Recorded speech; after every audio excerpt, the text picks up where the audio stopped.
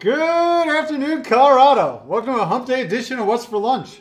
I'm your host, Larry Hers, and today in studio I have Jake from Open. Welcome. Hello, Colorado. Yeah, buddy. So this is very special. I don't know if you guys have been hearing or seeing this. I have. I saw this on Instagram. This is a very unique concept, and I'm going to let Jake tell you about it. Yeah. Well, thanks for having me on. We're pleasure. excited to be down here in the burbs, just outside of Denver, which I guess you could, well, it's still Colorado. We'll go with that. Did you have to put an extra tank of gas to Half get a here? tank, Yeah. which is like $150. By the way, we're only in the tech center, so I don't know. But you're coming from Rhino. That's true. We're in Rhino. We're at 27th and Larimer, and we are a scratch sandwich kitchen with a mission. And I came up with that on the drive up. What do you think? It's pretty good, right? Yeah, you need something. Yeah, you got to have a tagline. So we've got 6 sandwiches, 5 of them designed by chefs outside of our restaurant. One of them designed by my partner. And I brought 3 of them for you guys to check out today. So. And we'll get into all the sandwiches, but wait, there's more. Yes. So we started out with the idea that we can be a company that isn't just feeding people, but is also doing good. And part of the way that I got these other chefs to give me recipes for their sandwiches was I said, I will donate $1 from each sandwich sold to whatever charity you choose. And so everybody signed up. They said, no problem. They gave me all these recipes. So I said, hey, what charity do you want to do? And the first chef said, he didn't even hesitate, said, I want to do Project Angel Heart in honor of Chef Brandon, who passed away last year. Yep. I said, awesome. Called the second chef, same thing. So I called the other 3 and I said, I think we all need to donate to the same thing for this first portion. Yeah. So $1 from every sandwich goes to Project Angel Heart so that they can do their awesome work, which is feeding people with severe disease. So, yeah. And they have a scholarship now for Brandon. Yep, which is really cool. And we were about 6 weeks in, and my partner John and I were... That's vodka, by the way.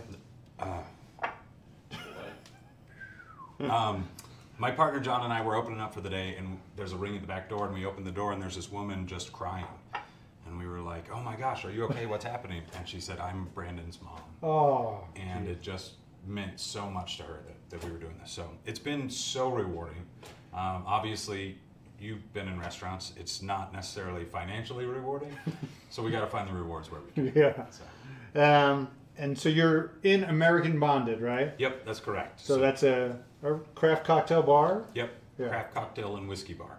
And we lease the kitchen, and then we open almost all the hours that they open. They stay open a couple hours later. But So what are your hours and days? 4 o'clock till 11:45 during the week, and then Saturday and Sunday, we go from noon till 11:45. So 7 days? 7 days a week. Yikes. Yikes indeed. Let's jump into the food, and that'll help us transition into what chefs are contributing to this cause. So For sure. We'll start with this bad boy right here. So that is the Osaka from Jeff Osaka of Osaka Ramen and Sushi Rama restaurants. It is a chicken karaage with dark meat chicken, fried up with potato starch, and then Osaka slaw, Japanese pickles, and spicy mayo on shokupan, which is a bread that we get from a bakery up in Broomfield called the Enchanted Oven. Don't know them. So they are doing really cool stuff, and they're the only people I could find in Colorado who are baking this bread.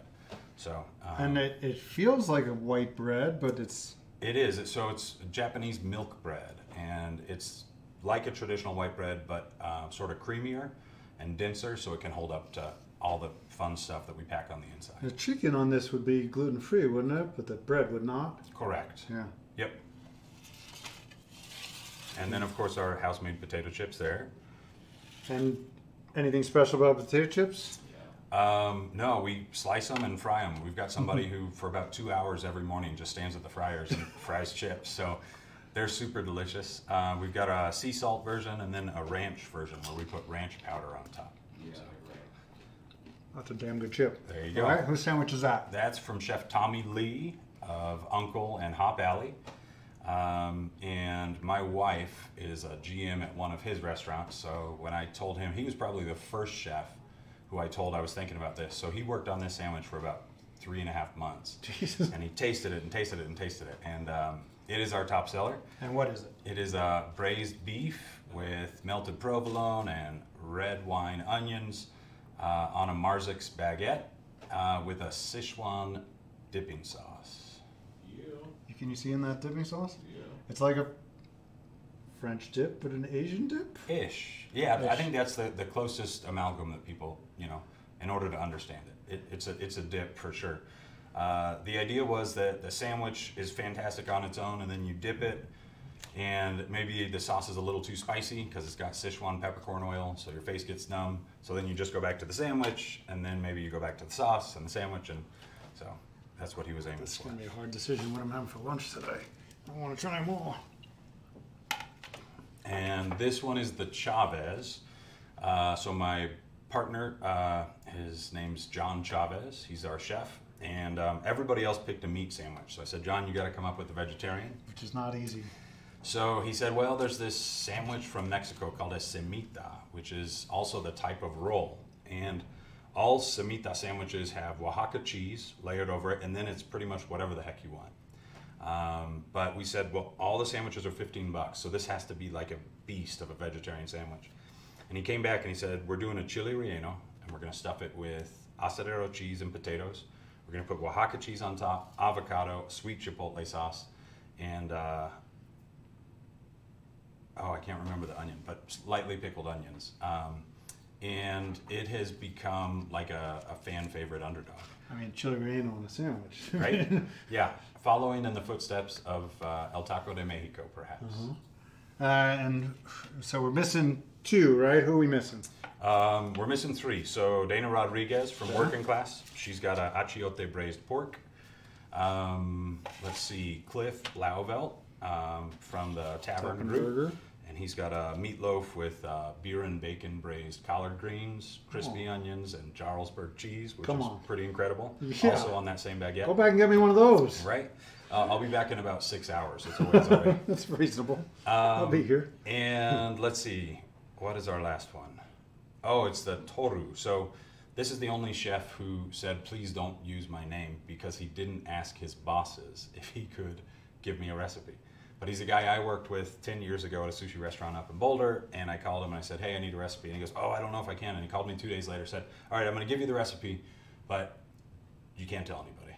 So it is a super classic Japanese pork katsu sandwich, also on that shoku pan, and it's fabulous. And you still can't say his name. You don't have to. I can tell his name is Toru Watanabe, but I can't tell you where he works. Okay. And then this is a French onion? Yeah, French onion dip.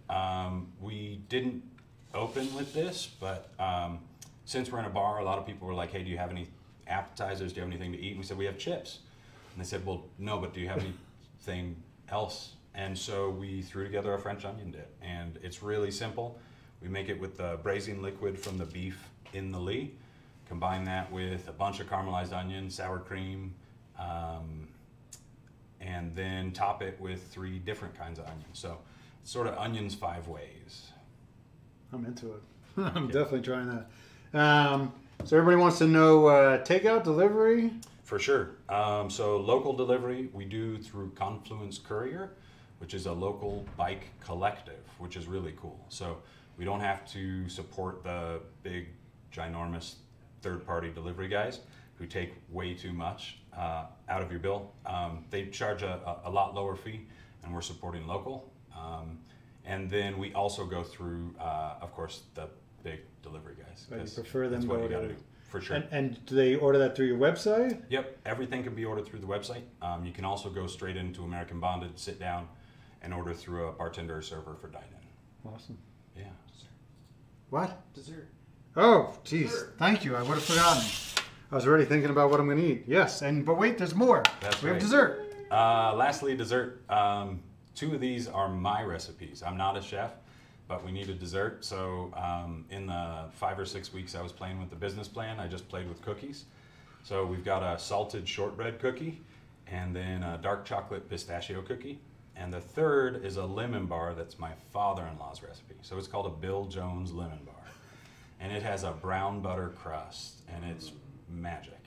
It's a good idea to keep the father-in-law happy, It's too. important. It's important. Name on the menu, recognition. Suck up to him. I like what you're thinking. You know, it's paying homage. Not sucking. Anything else before we go? No. Happy to be here. Thanks for having us on. Yeah, my pleasure. This is what I had to do to get this sandwich. I had to pretend to have this show, right, and make him drive all the way up here. These people just standing here. This is fake. There's nobody watching. Don't. That's cool. It was a good practice. Oh boy, I'm going for this one. Yeah. The Lee it is. Pleasure to meet you. Cheers. You will not see me for a few days. I am on vacation for the first time in 14 months. So I'll be back at it Tuesday. I don't remember what I have on Tuesday, but let's eat. What are we doing for lunch?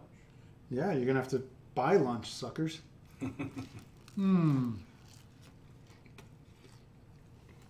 Dude, that's fucking incredible.